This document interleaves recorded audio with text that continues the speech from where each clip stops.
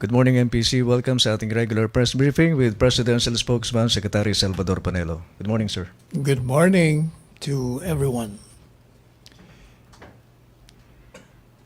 Let me just say something about the demise of the late Armida Sigyon Reyna.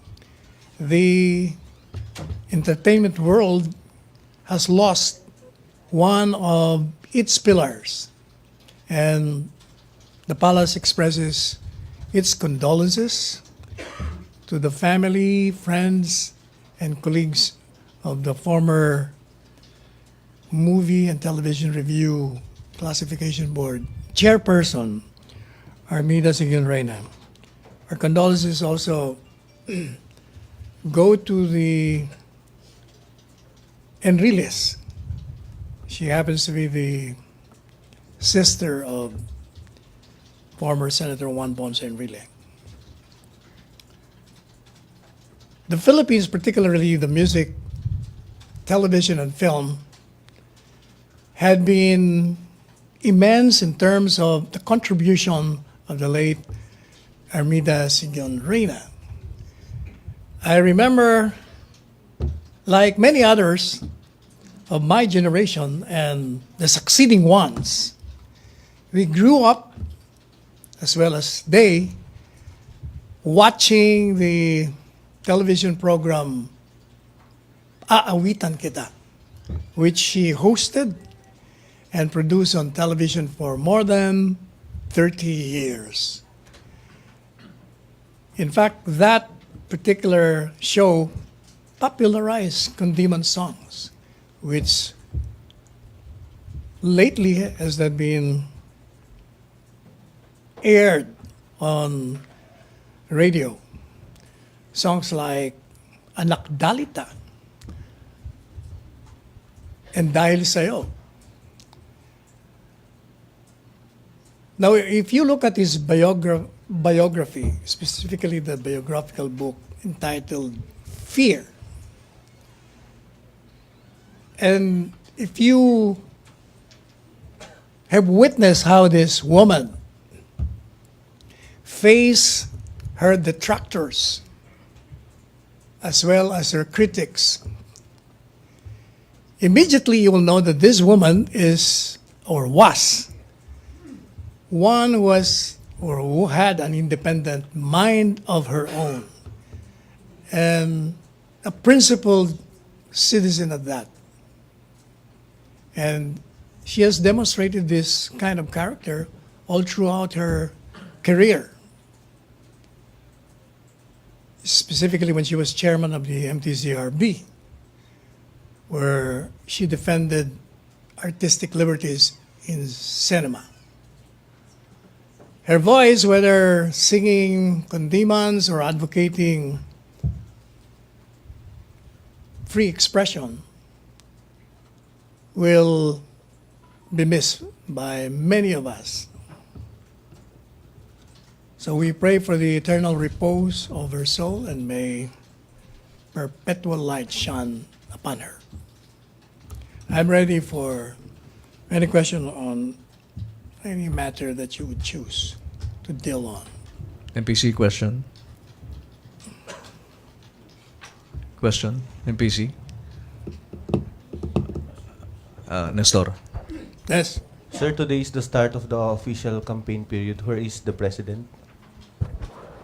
At this time, Yes, sir.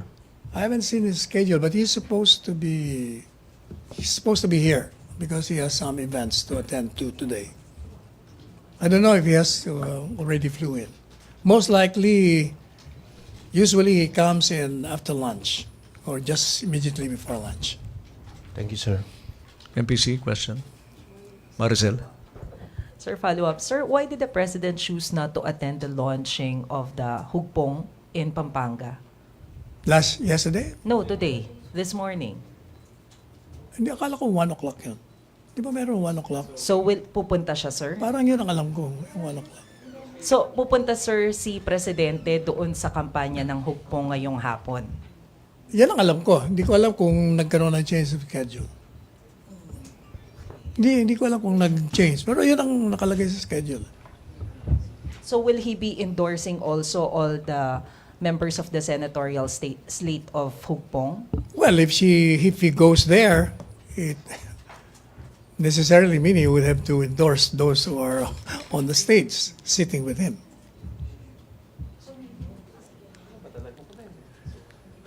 Maricel, still on the schedule of the President? Yes. Other matters? MPC? Question? No more question? Ina. Hi, sir. Sir, are you referring to the Hugpong events in Angeles City? Is that right? Meron kasing 1 to 3 p.m. and merong 4 to 5 p.m. Which of those is the president attending? Parang yung one ang alam ko. But I'm not sure kung nabago na yan. Okay. Lagi subject to change naman everything. Okay. Sir, on another topic, may I ask for the status of the expanded maternity leave bill because ang sabi mag-expire, I mean, it will lapse into law on February 14. Wala pang sinasabi ang Office of the Executive Secretary kung napirmahan na. Any word if the president will sign it before then? Wala pa. Well, I'll follow up my request. Okay. Thank you, sir. Joseph? Sir, mag-follow up kami ng maglalaps. Yung rice tarification, wala pa rin. Magano? Rice tarification, sir, wala pa rin yun. Wala pa akong balita. Wala. Nagkita kami ni Secretary Bingbong kanina sa misa. Wala man siyang nabanggit. Joseph? Sir, kapon may nabanggit si Presidente na he likes the idea of renaming the Philippines to Maharlika because that's what former President Marcos also, talked about before. Yeah. Why? Well, his reason is the word Maharlika is a Malay word.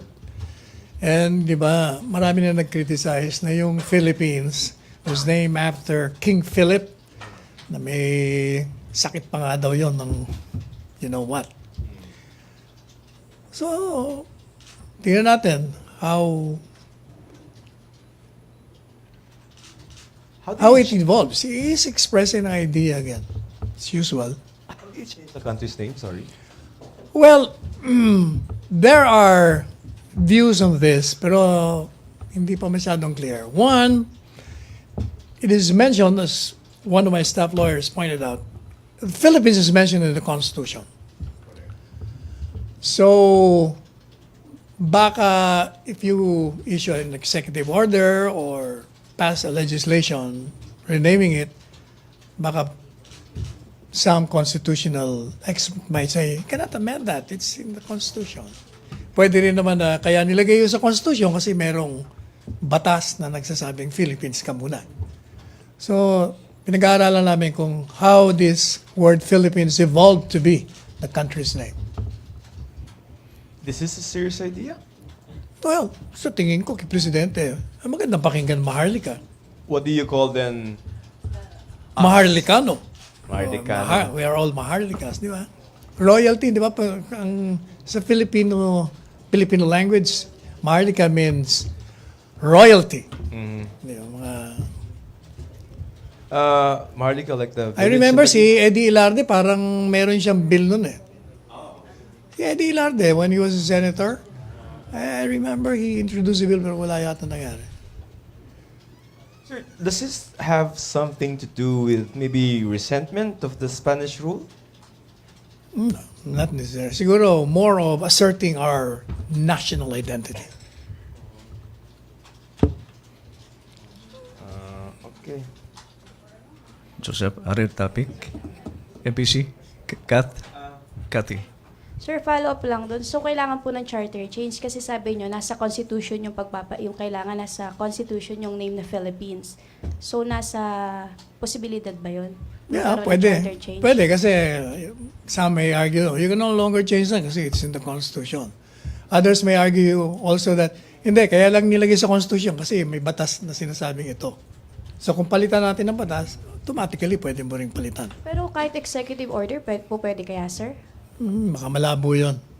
Okay po. More on congressional act siguro. Still on the subject matter, MPC? Pero siguro mas preferred siguro pag constitutional amendment, para wala nang question.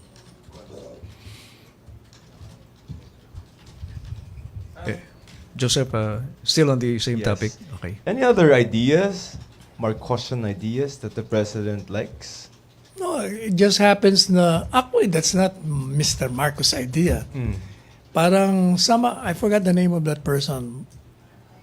But Mr. Marcos at the time welcomed that idea. Pero it was not his original. Okay, thank you. Thank you, Joseph. MPC, shift na tayo sa ibang topic. Question? RJ? Wala pa?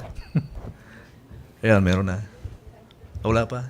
No more question? Right, RJ. sir. I asked this about 2 weeks ago. So how's your review of the UJEC and APO contract, sir? Is it legal? I've not, according to Secretary Luxin, he's still studying it. And I have not received other documents that I No, have. the last time I asked you, sir, you said you received the documents from them. So that's why you are going to study pero- review the documents. In our evaluation, meron pa kaming mga bagong nakitang kailangan namin dokumento. Like what, sir? Like the original contract between the foreign corporation that was handling it before it was taken over from it. Yan ang gusto ko makita. Hindi ko pa nakikita yun. So what exact documents did you receive? Contract. The contracts. Ano yun? Yung joint venture contract. So Nakita ko. based on your initial review, sir, how do you find it? We're still evaluating whether it contravenes the intent of the law. Because according to some lawyers are saying that joint venture pwede. So pinag-aaralan pa namin. Tingnan natin. All right, thank you. Salamat, RJ, MPC. Walang masyadong tanong. Catherine. Cathy. Sir, regarding sa BOL, yung follow-up ko lang sa question nyo kahapon, sabi ni Cotabato City Mayor Sayadi, her legal team is studying all options daw po. They're filing a complaint before the SC to declare the plebiscite in Mindanao null and void. Is it possible po ba, or are you confident na mababasura yung ganitong petition if ever ma-file? Di ba that's what I said yesterday? They can always file appropriate charges regarding their claims. But remember that there's still a pending petition before the Supreme Court questioning the constitutionality of the BOL. Diba? If the Supreme Court, for instance, decides that it's unconstitutional, o moot and academic lahat na yun, may invalidate pati yung plebiscite. On the other hand, I'm sure the petitioners will argue that since there has been a ratification by the people, then that cured the unconstitutionality. Depende sa Supreme Court kung anong basa nila. Salamat, Cathy. Joseph. So yung pong proposal na, yung idea na ganyan ni Presidente, yung sa Maharlika, Yes. is he going to actively push for it? No, Like maybe ask si Congress. Presidente, ang di ba style ni Presidente, he Floats ideas. floats an idea, and then somebody gets it, kung sa Congress, or kung sino man. Idea lang yung kanya. So he's floating lang an idea. Yeah, Not and meaning maybe asking a study perhaps from the Yeah, NSCP? in the first place, it's not even an original idea. It's been there. I've been hearing that since I was in high school. Wow, it's a short time ago, no? Matagal na yan. Matagal na yung Maharlikang yan. I've been reading that. So, Parang wala masyadong kumagat. pero sir, I'm sure the president has studied the idea and meron naman siya in the past speeches, no, yung history ng pag when he discusses BOL, yung history ng ating mga Mindanaoans, brother, no? So, is he coming from a historical perspective? That's why he's I think so pitching? because he said it's a Malay word. Since we are Malays, we should have a name identified with us. I agree with him. I like the idea of a Maharlika name for the Philippines. So parang Republic of Maharlika. Oh, Republic of Maharlika. The Maharlikans. So parang binibining Maharlika. Parang isa. Maharlikana. Oo. Basta pag Pilipino, sir, Maharlikana. Maharlikana. Pag Pilipino, Mahal ako. no, seriously, if you're testing the idea, Maharlika na pag babaeng Pilipino na. Pag lalaki, sir, Maharlika. Nag-i-evolve naman ako anong magiging di ba? Tingnan natin. But it's an interesting idea. Yeah. Uh-huh. Oh, salamat, Joseph. Still on Maharlika issue. Wala na? Ace, may tanong ka? Wala. MPC, wala. Jen, please. Sir, the campaign period has started. Does the palace have any appeal to the poll candidates to follow rules or avoid dirty politics during this period? Yeah, di ba? The president even has called upon the members of the cabinet to strictly follow the rules on the prohibition on government employees, officials, not to campaign for or against any particular candidate, excepting himself, because the provision says he is exempted from it. But let me just emphasize that he will not be using government resources. In the course of his endorsement, it will be just verbal endorsement. Sir, how about your appeal to the candidates? Do you have any appeal? Oh yes, certainly we've been always, every government, every administration always appeal to all the candidates to strictly observe the election laws. We have to have a clean, honest, fair, credible elections. Jen, follow up. Okay na. Ace? Christine? Ace, pagkatapos si Christine. Ace.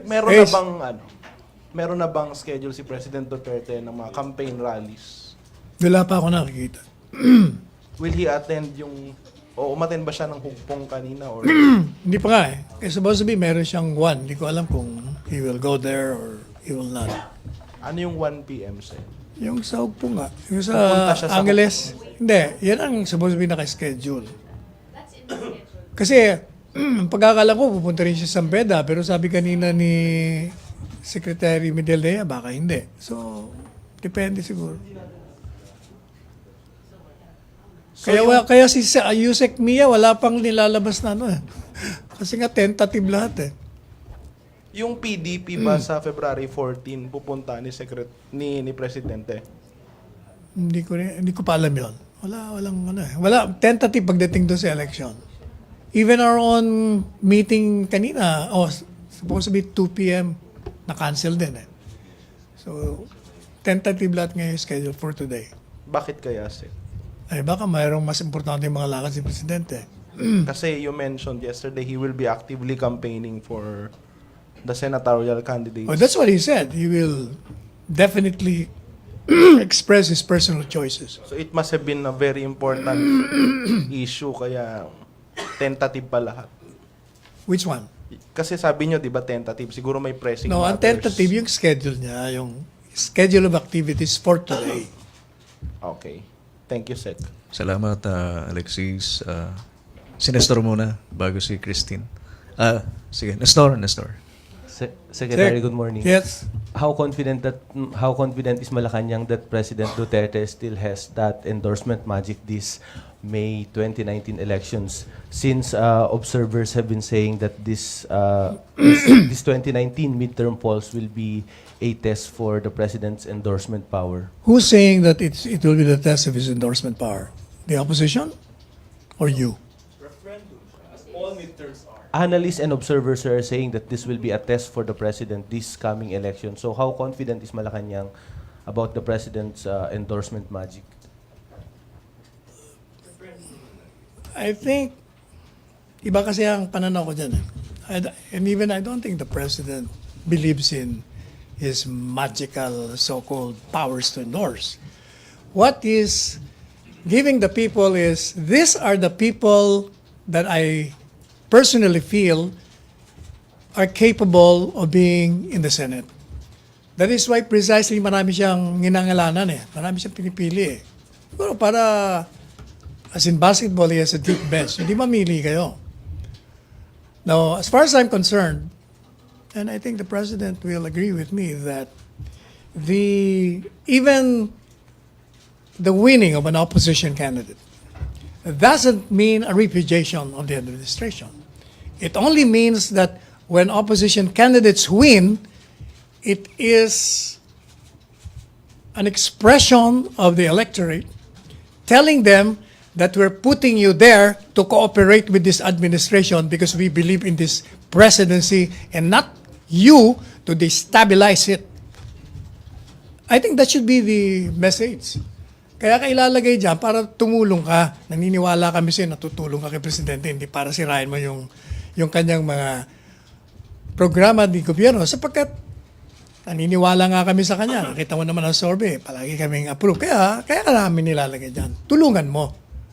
And I think that's a good message coming from the electorate. Kahit na hindi naniniwala si Ina by her expression. Irereklamo ka na naman ng isang caller. Oo, meron. Yeah. I will address myself to the caller who called the station. I don't mind questions. I think that the administration coalition, the administration candidates, who's stronger? Okay, para medyo neutral yung question. Who's stronger, the admin or the opposition candidates? If you're saying, even if an opposition candidate wins, it's not a repudiation, but it's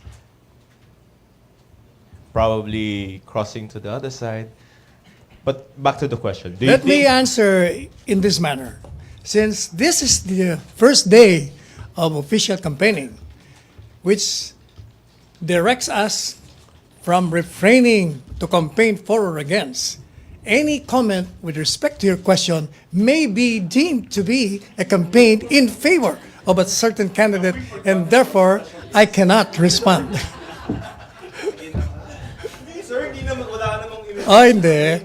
Kasi when you say something favorable to a particular group, then you're effectively endorsing.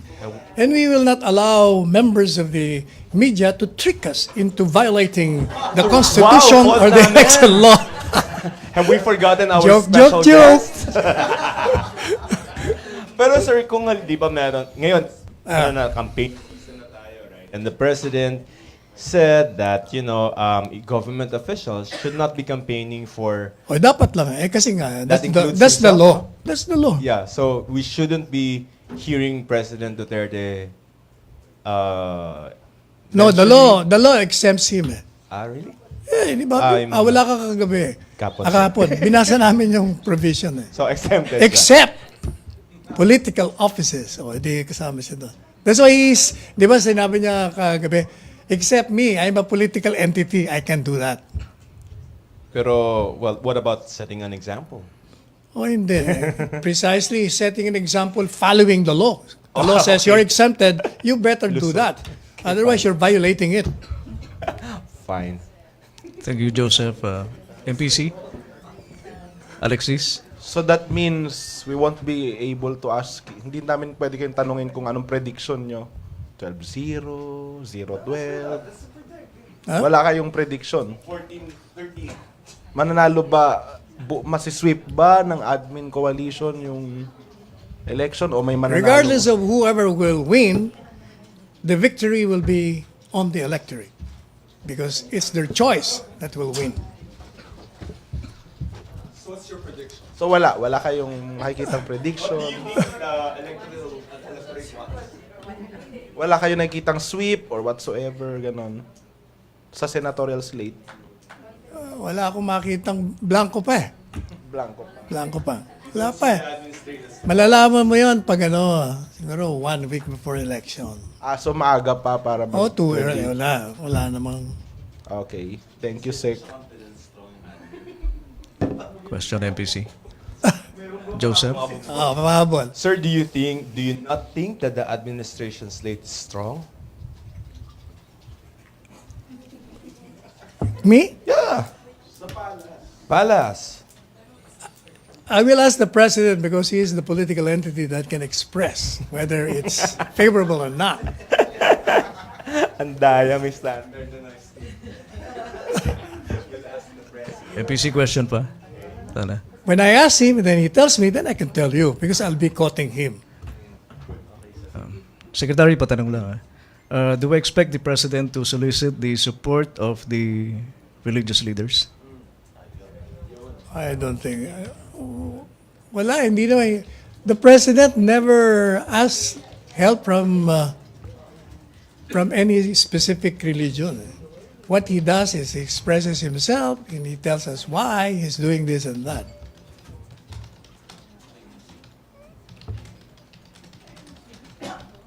Thank you, Secretary. MPC, no more question? One last question. No more question? Maraming salamat, MPC. Maraming salamat, Thank you. Presidential Spokesman, Secretary Salvador Panelo. Balik tayo sa Radyo Pilipinas at PTV.